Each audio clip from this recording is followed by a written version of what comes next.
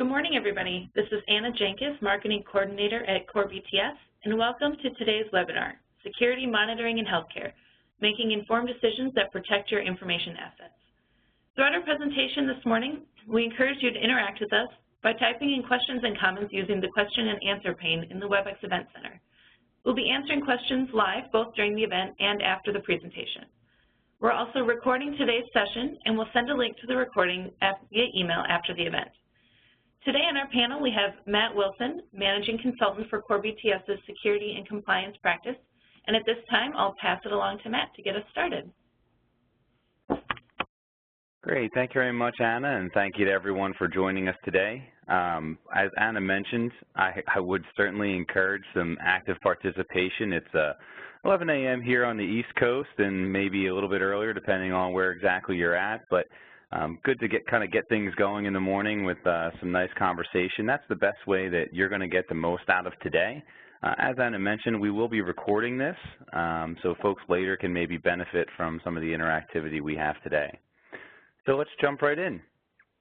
I just do want to thank you again for joining. I know it's so tough to get out and carve out some time. There's increasingly so much to do and so many ways we get pulled. But it's very much appreciated on the Core side when you carve out an hour of your day to spend with us, and please feel welcome. I am planning to take about 45 to 50 minutes of content, and then we'll leave somewhere between 5 and 10 minutes for Q&A at the end. Quick introduction to myself. I'm based out of our Exton, Pennsylvania office, which is just outside of the Philadelphia area. I head up the security and compliance practice for Core BTS. I've been an InfoSec consultant for about a decade at this point, and what that means is I get to see a lot of different kind of client environments. It also means that I have never been a defender like some of you may be, kind of in the trenches, but I get to learn from my clients every day. Our practice focuses really on strategic consulting, doing things like assessments, penetration tests, regulatory compliance, obviously HIPAA being here, but Core overall is a solutions integrator that really has offerings with across a collaboration stack from server infrastructure side, data center side, really almost anything you can think of from a technology standpoint. If you know Core, you know us from that. Quick overview of what we're going to touch on today is I want to talk through what monitoring is, because that's kind of a loaded term. I want to talk through what HIPAA actually requires us to do, what kinds of monitoring we can do, and what you should be reviewing. Talk about some of the other requirements that kind of come along with that, not just HIPAA, but the other things to consider. Talk about maturing your monitoring capabilities, and what next steps you can take to maybe shore things up or mature a process. I do like to open up with setting some goals for today. I think that really helps us know kind of where we want to end up, right? That's the goal, but sets the stage here early on to maybe get everyone's brains thinking the way we want to be. So, really for years of working with healthcare clients, we've seen that, there's some unique challenges. Sometimes it's budgetary, sometimes it's personnel, and maybe not having enough personnel, but sometimes it's having too much personnel or being too siloed. And then we have increasing business demands where end users, our doctors, our patients are really just kind of showing up with different kinds of technologies, and that's really changing the landscape of what IT and us defenders have to deal with. So really this conversation, and I do want it to be a conversation, I want you to learn from some of our experiences so that you can get some of the right tools and some of the right processes implemented. I want to go beyond compliance, because if you're just looking to tick boxes, you might be compliant, but you won't be secure.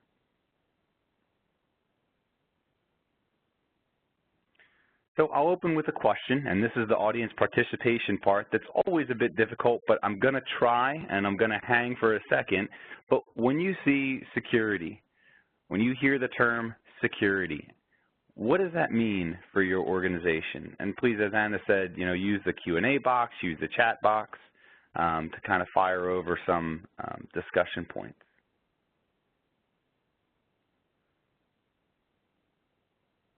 And if we have no one, that means we have to start making some things up. But I'd rather if someone fires something in. Okay, great, thank you. So protect data, equipment, and personnel, absolutely. You can't forget the safety part of that.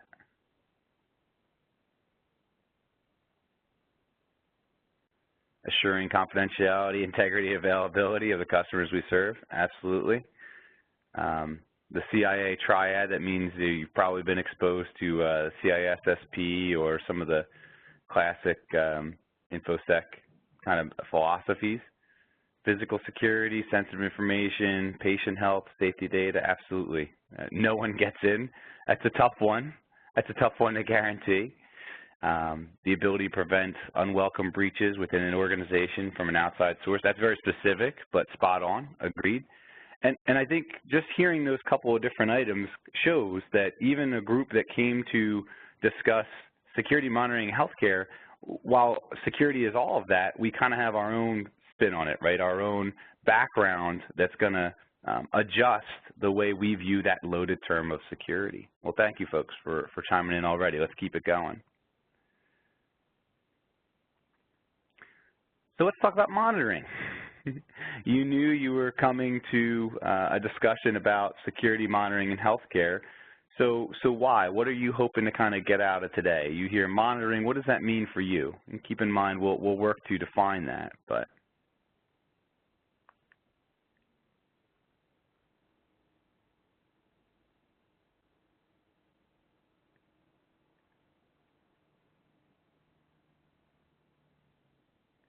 yeah, looking at logs, that's a great one. Great point. That is an aspect, and we'll touch on that. Having the right tools to track all this, right, which is all this could potentially be quite a lot. Knowing everything that users do, that's scary, right? But you're right. No one's happening in your organization from the outside, real-time syslog, making sure right people have the access to the right information. Yeah, SIM, there you go. How do we do that? Where can I find the info, tools? Yeah, and so Patrick, we'll talk about some of that. So intrusion detection, absolutely. So even in healthcare, right, we've seen SIM, intrusion detection. We've already immediately jumped to something very specific from just the idea of monitoring and even in healthcare. So, you know, you're right. There's so many interpretations, and it's all based on context. An auditor from HHS or OCR is going to view that concept of monitoring different from someone that is in the trenches like a lot of you folks are every day from just a general IT respect. Throw out the healthcare part of that. You know, the HIPAA security rule, they do have monitoring in a couple of places. So it's what I thought it was almost easier to say, here's what we're not going to talk about today. I'm not going to talk about monitoring adherence to security policies, although that's important. I'm not going to talk about the monitoring of employee terminations and that process, even though that's important. I'm not going to talk about how you monitor your security awareness program, even though that is absolutely critical. So what we are going to talk about, though, are some of the HIPAA requirements, right? And HIPAA explicitly states, here it is, straight from, you know, I put the federal law in there so anyone could keep me honest if you wanted to check, but, you know, you need to have procedures for monitoring login attempts and reporting discrepancies. You need to monitor unauthorized access of unattended workstations and limit access to view-sensitive information. Now, contrast that with what we just said a moment ago about what security is to us and what monitoring is to us. And I think that lends itself right to that last point where, you know, HIPAA was originally drawn up in 1996, and it's just not enough for today. You know, when I see procedures for monitoring login attempts and reporting discrepancies, that to me is kind of classic access controls. That's when other folks mentioned, like, you know, allowing only those that are authorized, keeping the unauthorized folks out. Yeah, that's absolutely part of security and part of monitoring, and knowing when there's unauthorized access attempts. And then the second item of monitoring unauthorized access to unattended workstations, it's kind of classic workstation security. It's things that you've probably been promoting for the last 15 years for clean desk, clear screen policies, having secure zones for certain types of systems. You know, you're not going to be able to put the nurse's PC too far away from a nurse's workstation area, you know, that little hub that a lot of hospitals have. If you're in that environment, if you're a doctor's office or some other kind of care provider, inevitably you have some users that have systems there. So there's only so much you're going to be able to do from a physical security respect in some cases. So it's proving to us that HIPAA, while important and we want to meet what it's asking of us, it has a very limited view. So to me, that says, you know, the new normal, right, is that there's this breach age, and it's not just a cheesy cliche. The new normal is that we're breached, right? We have to kind of assume that. So if we have that dated view of monitoring and a dated view of security, we're going to deploy a tool set that isn't going to give us what we really need. You're going to have a failed program for information security if you take that approach.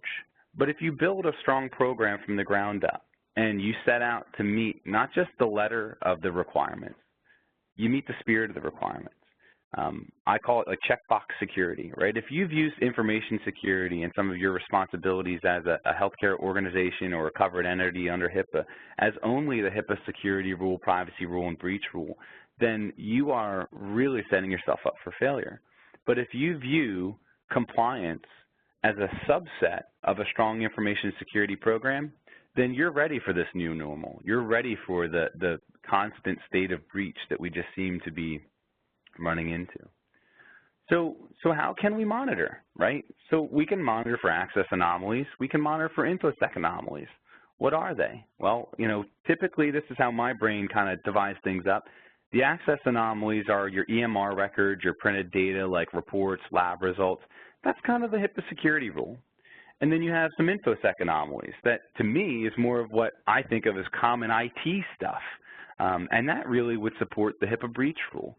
You'd have network data, so route switch firewall. You'd have endpoints, so end user workstations, servers, potentially other kinds of systems. You could have SCADA networks and other things. I mean, healthcare seems to have just about anything you can think of, from medical devices that have IPs to specialized wireless networks for patient telemetry communications. I mean, it's all there, right? Files, so we have file servers, emails. That's the stuff that we deal with every day. When folks said SIM and intrusion detection, right, those are the kinds of things that we're thinking about. But both are important, right? And to adjust to that new normal, we can't just only focus on access to the EMR and just assume that our access controls have been deployed intelligently enough and that we're just okay. And we can't just monitor on the InfoSec, the classic InfoSec IT side of things, and monitor endpoints in our network and files and say that we're okay. We really need both. And that's where, when I kind of was putting this together, it struck me as, well, is security monitoring in healthcare really any different? And honestly, the answer is no. There's some specific requirements that you have to adhere to, but again, I'll back it up to, if you have a strong security program, if you've built that from the ground up to not just tick boxes, then you're going to pull in HIPAA compliance anyway. You're going to pull in PCI compliance anyway. You're going to have a strong logging monitoring process that covers those access anomalies and those InfoSec anomalies anyway. So what do we want to capture, though? Everything, really. And folks mentioned earlier logs, right, and real-time syslog event logging, monitoring, correlation, that kind of stuff. So when we work with clients, when we do assessments, and they say, well, what should we be logging? Honestly, anything that can log should log, because why not? Because disk is cheap in 2015, because you probably have a SAN that's multiple terabytes, if not approaching dozens or hundreds of terabytes, depending on what kind of organization and budget you have. But, disk is cheap enough that it makes sense to log it. And to some other folks that called out centralizing things, absolutely, because if you're only logging on the endpoint and the endpoint's compromised, well, then you can't trust the log. But just to reiterate, we want to capture everything from a logging respect. But to monitor, now that's different, right? Monitoring requires some additional level of intelligence, whether that's human intelligence or whether that's some automated intelligence. The point is, you can log and not monitor, but you can't monitor without effective logging, right? So we have to do the logging piece first, and that is something we see is very deficient, especially in healthcare, is folks, have certain tool sets. Maybe they're limited, but they're not even really using some of the tool sets that are built in, things like Windows Server and Active Directory, and we'll touch on some of this later as well. But I thought saying everything to you folks would be a bit rude, and you'd probably be pretty frustrated with me. So let's get into it a little bit. Instead of, let's call it capture everything instead of just log everything and monitor everything, let's implement some monitoring tools as the budget and your capability allows, and I'll speak to that as well. And then we want to derive some intelligence from monitoring. So that's a key point there, that second element of implement monitoring tools as your budget and capability allows, because what we see a lot of times is there's a mismatch between what the budget allows and what tool sets we have. Like, we want more tool sets than the budget allows, but there's also a mismatch between what we currently have and what our capability is allowing us to do. So we might have tools. We might have, again, Windows built-in server logs. Every firewall and network device can write syslog, right? And plenty of other things, applications can write syslog. But we might not be capable enough. And capable sometimes is a skill set that needs to be acquired. And sometimes capable enough is the amount of resources, which, again, might be related to the budget side of things. But capability is sometimes the number of resources you have to dedicate to a problem, like monitoring. But some key considerations are, hey, you bought an EMR. If you're a healthcare provider, if you're a hospital, a care network, you probably interface with this. If you're in healthcare, you probably touch an EMR like an Epic or a Cerner or an Allscripts or a Meditech Medent. There's probably dozens that I haven't even heard of yet, but those are the ones we run into quite a bit. The good news is that your big boys for monitoring or for your EMRs, they have auditing capabilities built right in. They're going to capture what you need to do some kind of access review by default most of the time. Again, exceptions might exist, but that's what we've seen. Network devices, again, routers, switches, firewalls, your SAN. Think of your security appliances. Think of that intrusion detection system, but what about your email filter? What about your content filter, antivirus, if you have a DLP solution? Because you might be monitoring for a threat at the IDS, IPS level, but what happens if that threat comes in and gets through your email filter? Will you have the logs to go back and retrace how that email came in, who got that email? Same for the internet content side of things. What if the user had a drive-by download that they picked up and now they're compromised? And sure, now your intrusion detection system triggers on some command and control traffic, but can you rebuild exactly what happened? That's going to be critical to how quickly you can put out that fire. Things like antivirus. We've had a couple of clients recently that have had breaches. They've picked up things like CryptoWall, and maybe not a breach in the sense of a guaranteed record exposure of their records, but they've picked up something that's been malware and has had a negative impact on their environment. And antivirus actually did trigger and send alerts to administrators, but administrators simply weren't checking them, right? Look at the servers. Think of your OS level. Whether it's Microsoft Windows or AIX or some other flavor of Linux, Unix, or something, maybe you're running OS2 from 20-some years ago because there's some kludgy application you need to support. But you want to think of servers, any system that processes or stores PHI. Domain controllers, right? They're kind of the a key quarterback in our environment that handles all the authentication side of things. Database servers, where our data is absolutely stored. And then utility servers. Think about what you want to log there, because wouldn't you want to know that someone first compromised your antivirus server, or someone compromised your patch server and maybe disabled some functionality? They didn't necessarily get access to data, but they certainly had an impact on your environment, and that could be just a step in their multi-step plan to exfiltrate data. And then think about applications you have.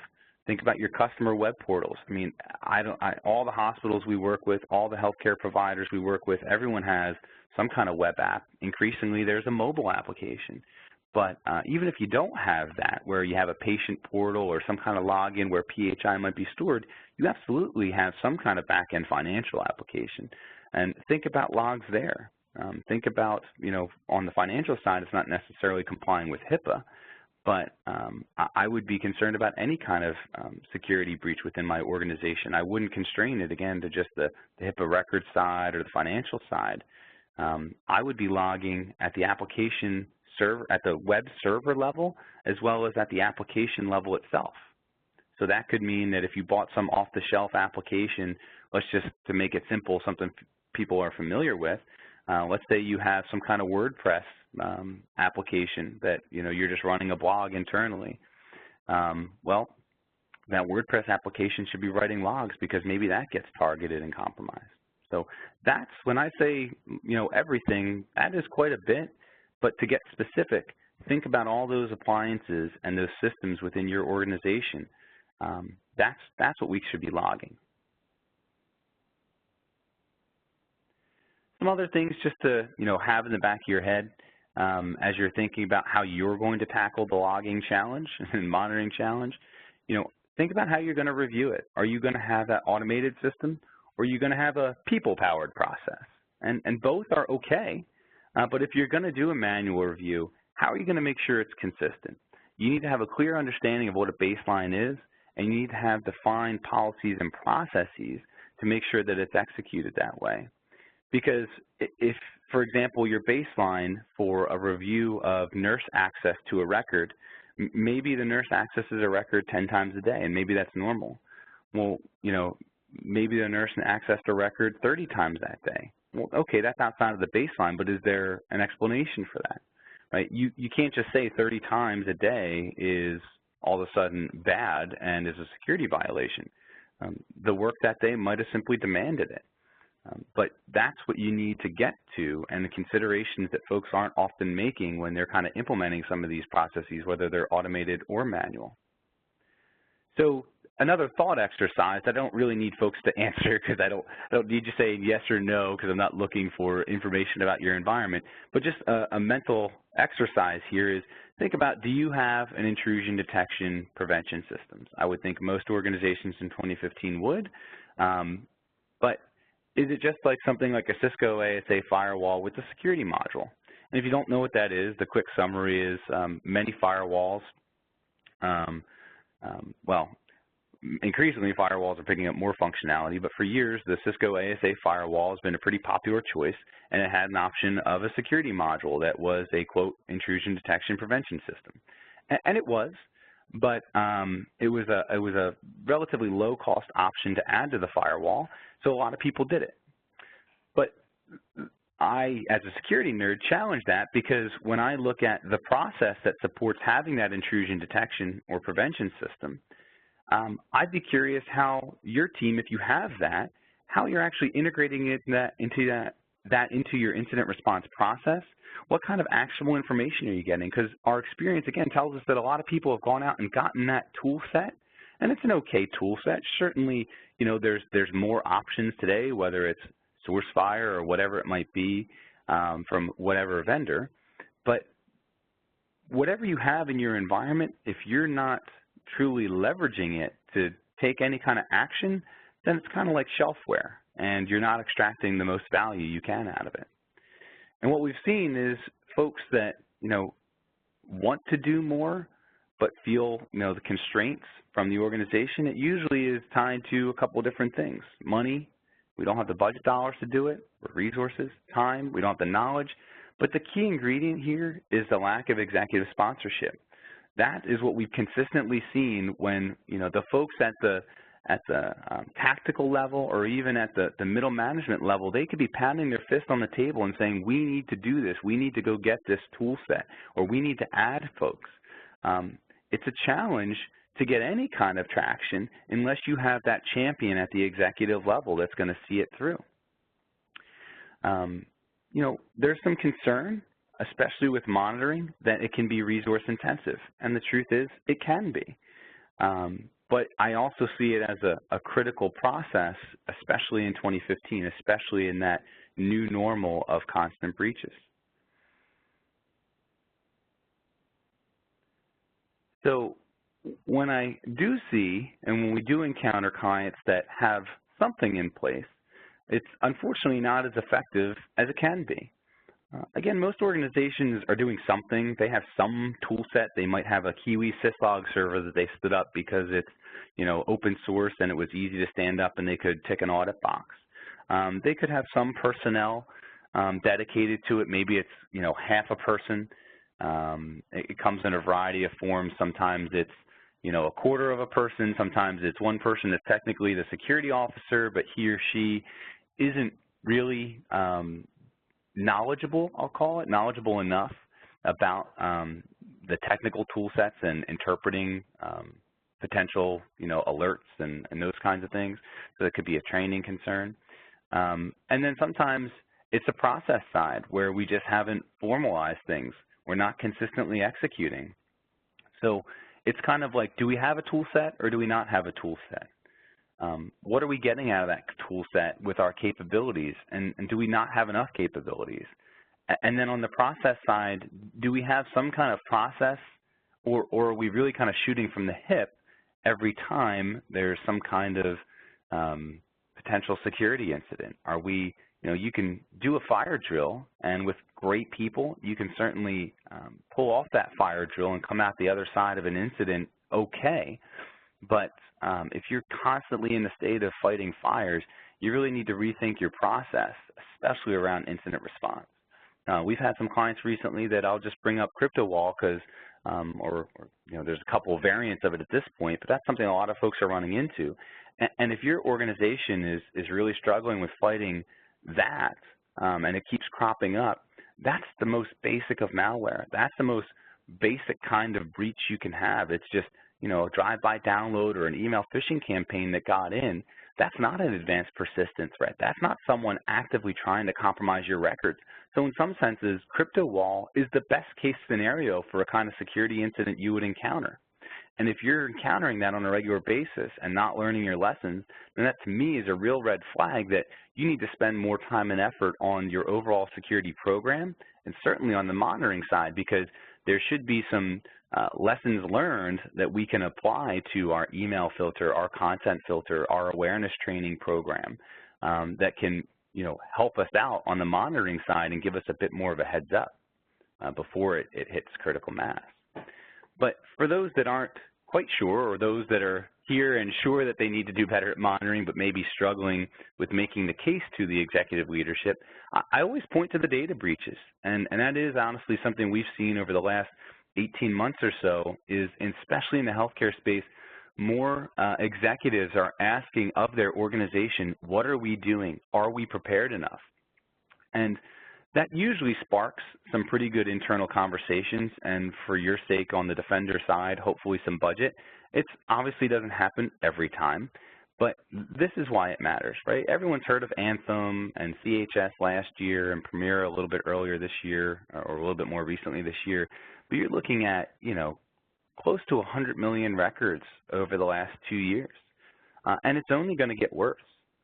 We're going to talk a little bit here about breaches for the next moment or two, but for those that follow the Verizon Data Breach Incident Report, the 2015 report came out within the last week or so, and there was 141 confirmed security incidents that resulted in some kind of data exposure in 2014. And to some people that number sounds low, to some people that number sounds high. For me, I guess I'm just not surprised by it. It could have been 300 and I wouldn't have been surprised. It could have been 100 and I wouldn't have been surprised. I mean, the trend is up. And the scary part about the trend is 60% of the cases, in 60% of the cases, the target was compromised in minutes. So this is where your monitoring controls really serve as your best proactive defense mechanism as well as a reactive defense mechanism. If you can identify it early, you can react a bit better. And it's also, when I think of why monitoring matters, it matters as you're making the kind of pitch to executive management. It's that proactive side as opposed to finding out from a third party like the FBI or HHS or your ISP. We had a client recently that was notified of a breach by their ISP, and it resulted in a lot of pain for about 3 weeks at that client because it was something that had only been going on for a couple of days beforehand, but the malware had gotten in and had infected a number of users, and because they didn't have the right monitoring controls in place, they didn't notice that they were spewing out all kinds of malware and spam messages, and the ISP ultimately contacted them and said, effectively, if you don't knock it off, we're going to shut your link down. And in a healthcare environment, very few healthcare organizations could sustain having no network out, no circuit.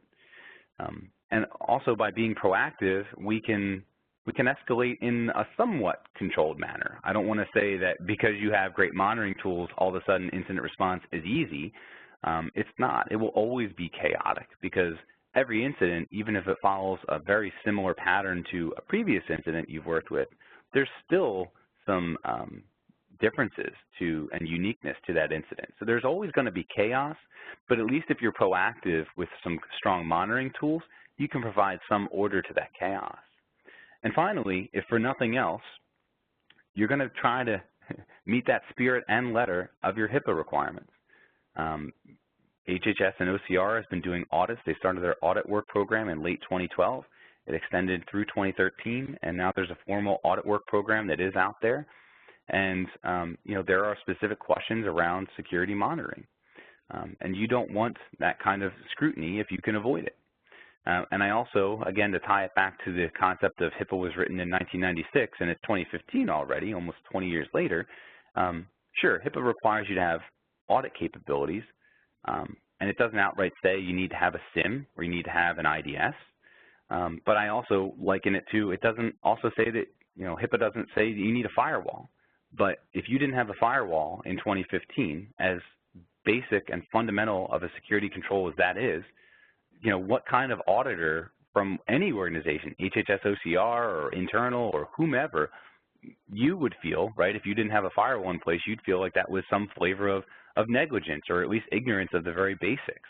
And that's what monitoring has become. We can't just say, well, we don't have the budget for it anymore. It is a baseline critical security control that needs to be integrated into who we are and what we do. And if you need even more ammo, just go to the news, right? Anthem may forecast a trend, 29 million records in the last 4 years. 30% of all security breaches in 2014 were related to healthcare or health data. Class action suits, I just go to the headlines when I try to have these conversations with the executive folks at any one of our clients or prospects and just kind of talk through, you have to be aware of it. The target breach happened in late 2013, and I think that really put it on the map for most of at least America because it was so big, it affected everybody. My wife was affected, and I didn't allow her to go to Target for a day or two, and that caused problems, right? I think it just made it kind of permeate our social consciousness. It didn't matter who you are, what kind of business you're in, you knew about the target breach, and it raised some level of questions about what you're doing in your own life and your own business. I also wanted to share a bit about a bit of the information that you can glean from that data breach incident report. We talk a lot about where the attacks are coming from with our clients when we do some of our technical testing because we can come as an outsider and insider. Well, here's the reality. The overwhelming majority of attacks are sourced from the outside. That doesn't mean we can just ignore any internal threats, but I think it speaks to how we should be appropriating our resources, right? If we know that most attacks are coming from the outside, well, then we better build some robust border controls. But we can't build that classic cliche eggshell where we have the hard outer shell and the soft inner core. You need both to work together. And a monitoring tool, an effective monitoring tool, would straddle both the outside and the inside to give you some of that insight. And then from a pattern respect, how are attackers being successful? We're seeing they're stealing credentials. Well, no surprise. That's some kind of credential theft is involved in what's that, currently roughly 60% of the cases, right? Some kind of key logger being used, very limited, but phishing up on the rise. If you follow the timeline from 2010 to 2014, you're seeing that things like phishing are increasing, key loggers are decreasing. And if you're curious what a RAM scraper is, In a healthcare environment, it's less likely to be a very large concern, although you might have some point-of-sale systems. Depending on who you are, hospitals often have them for a gift shop or a cafeteria or something like that. But RAM scrapers are typically geared towards a point-of-sale system, and they were the ones that were behind things like the Home Depot breach and the Target breach that was scraping data directly from active memory RAM.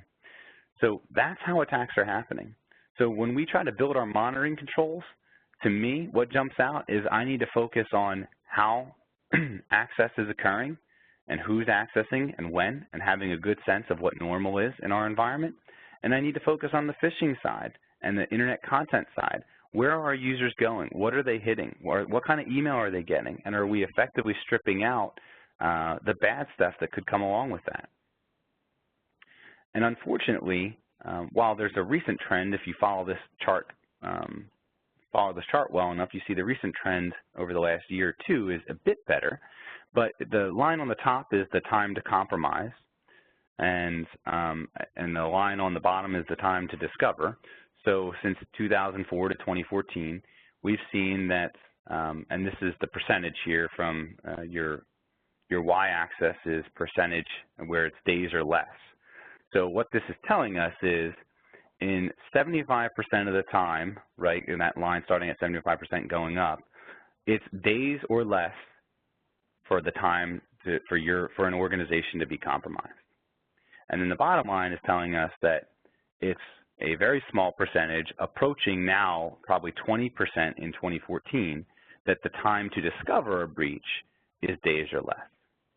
So the delta between the time to compromise and time to discover tells us that, unfortunately, the attackers are getting in pretty quickly in a couple of days, and it's taking us a fairly large amount of time, multiple days, weeks, months, if we discovered it all, to determine that some kind of incident occurred, right? So that's unfortunate. That's our unfortunate reality, and it'll get better with improved monitoring. We want to see those lines converge instead of diverge or even run parallel. And again, in terms of arming your organization, look at where healthcare ranks in terms of the cost of a breach. This is from a 2014 Poneman Institute study. They release this every year about the total cost of a breach. And I see healthcare leading the way at $360 per record. So just do the quick math. If you're trying to understand the impact to your organization, do the math of, do you have 1 million records in? Well, multiply that by 359. Do you have 10,000 records? Do you have 100 records? I'm not saying go out and invest, the worth of your business or your entire budget into monitoring. But if you don't have strong monitoring controls, you're going to be deficient on the incident response side, which makes a breach not only more likely, but more damaging when it actually does occur. And the other thing I also like to point out about this chart is, it's funny, if you look, the second from the last item is retail. And initially when I first saw this, I thought, well, why would retail be so cheap? They've been the one with the most breaches. And then Economics 101 kicked in, and I said, well, they're actually, they're getting really good at responding to breaches. They've been through this so much on the retail side with Target, Home Depot, and Jimmy John's and Dairy Queen and all the retail organizations that were affected. They're just getting really efficient. They've had it happen so much that they're starting to figure it out. And in the healthcare side and education, unfortunately, they're not quite there yet. So if you want to know what to do, your main options, you're all excited about building some kind of, or strengthening your monitoring process. You really have two major options. You can build your own security operations center, or you can come up with some kind of managed service. There's plenty of partners out there. Core happens to partner with a company called AlertLogic. But on the security operations center side, if you want to own it and do it yourself, you have to be realistic. Like I said, we run into a lot of organizations that they dedicate a half or a quarter of a person to this. Well, how is that person going to do another job and 24/7 monitor all the dashboards and consoles from everything we mentioned before, your Windows servers, your applications, your application servers, your network devices, your security appliances, your content filters? How is a half a person How is one person, let alone a half a person, going to do that? It's just not feasible. You need to be realistic and say, to be 24/7 for monitoring, we need 3 to 5 people at a minimum. You likely, in a larger organization, are going to need somewhere between 15 to 25 people. The good news is it allows you to select the right tool set, and you can customize it. Customize everything about it. You can get the right tool, the right process. You can customize your response and your escalations internally. But from the managed service side, you're really just buying a capability and an outcome. You know, the access to that tool set, that's going to vary by what specific vendor you go with, but you're going to have some level of access. It's going to give you some insight, but you may not even really want that access because, again, that's what you're kind of paying for. So that's the way to kind of think of, if you want to solve it today, you have to look at, do you have a SOC? Is that SOC enabled? Is that SOC capable? If you're using a third party, what are they doing for you? All those other items I mentioned before about what they should be capturing for you and what they should be monitoring and reporting on for you, are they capturing that? That's what you need to understand as a stakeholder in your organization. So to outline a little bit of a game plan, you should do an honest assessment of your current capabilities. You need to reach out to folks from your audit side, from your InfoSec side, IT, compliance, legal. You really need to understand what tool sets you have and really how mature is that process. Know what systems, applications, and devices you have what can produce logs. And then, are your tool sets configured to capture them? I'll give you, for example, from a recent client incident we got engaged on. They actually had some capability. They had a Kiwi syslog server set up. But when we went to go check the Kiwi syslog server for the firewall in question that had been where the attack had sourced from, or sourced through, I should say, because firewall logs on the device itself overwrite, that's why you send them off to a central location like a Kiwi syslog server. But when we checked that, to everyone's surprise, the syslog server was not set to capture that particular firewall. So it didn't matter what had happened. We could only see what was going to happen now. We could only configure it now to point that firewall to point to that syslog server. So they had somewhat of the right tool set in place. It just wasn't set up right. You really need to look at that log capture and monitoring process. What are people actually doing after we get those logs? Are we just dumping it into a repository as a repository and an archive, or are we wrapping some kind of active monitoring process around it, some intelligence from either a human or an automated respect? And then look at your solutions, if you have any, and close those gaps. It might have to involve your EMR vendor if you happen to have an EMR in your environment, but it absolutely needs to involve IT and key IT services like your devices, your servers, and endpoints. And this is where we back it up to say we can solve the monitoring challenge by itself, but let's talk about a security program. And if you want to build a program, you're going to find that it's really hard to get it off the ground. I usually just call it InfoSec momentum, right? Everyone's excited when we first have a breach, and then we all want to spend money to fix that breach and protect us going forward. And that lasts maybe a month to 3 months, but then it falls down again. Well, if you have a strong program in place, it's going to force that momentum.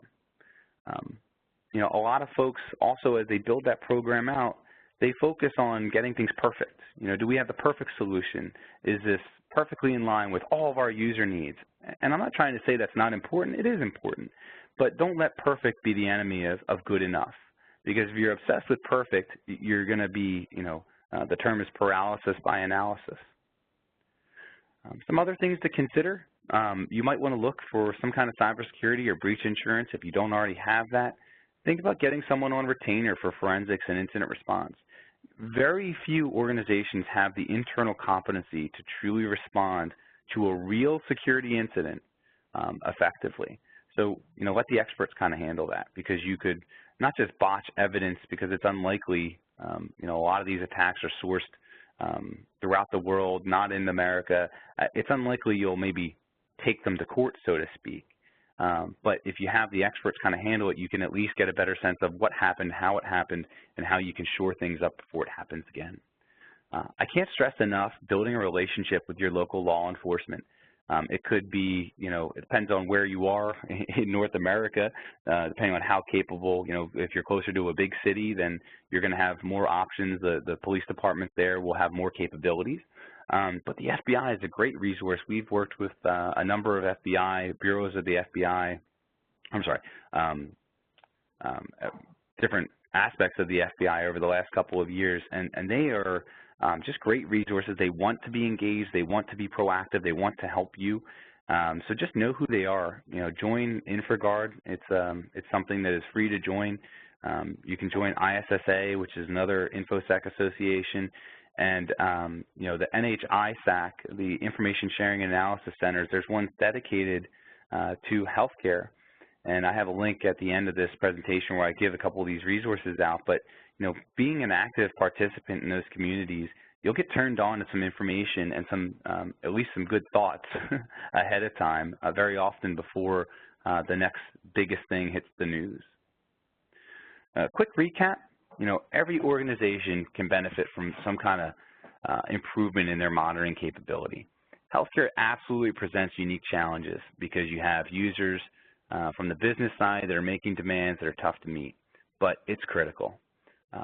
Data breach, that risk is real. It's not going anywhere. I'm not trying to be the, wave the scary flag or, be an alarmist here. I'm just being honest and being a realist.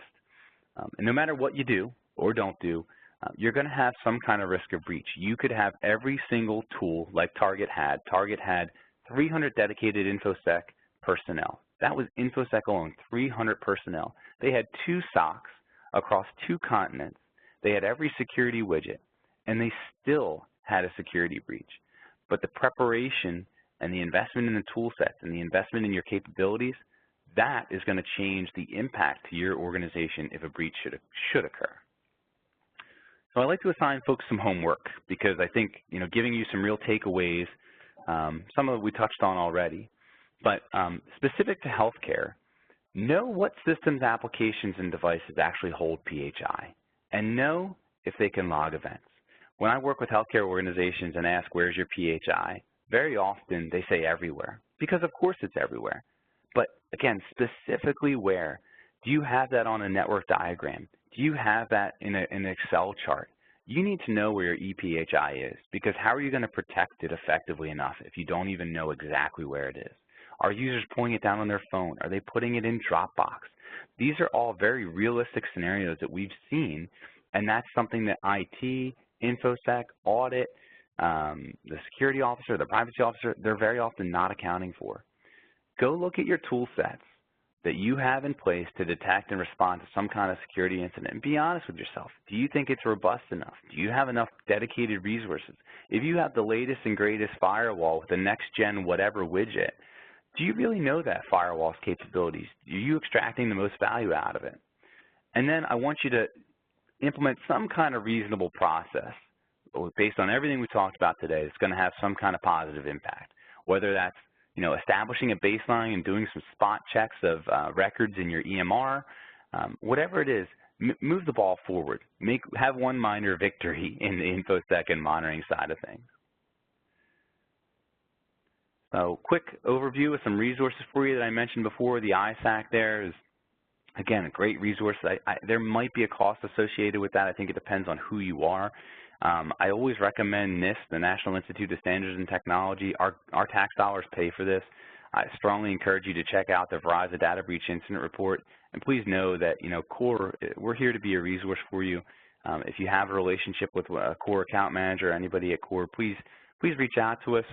I've put my contact information up here next, but please feel free to reach out to us at any point. With all that said, we're right at 11:50, so I'm mostly on time.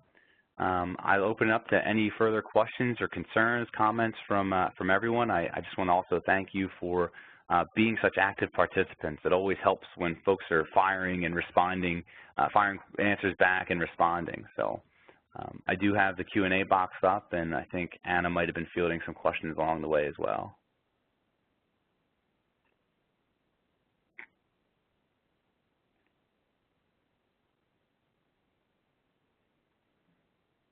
And please, if there's no questions, we can certainly end things. But I just, again, thank you everyone for taking the time out of your day.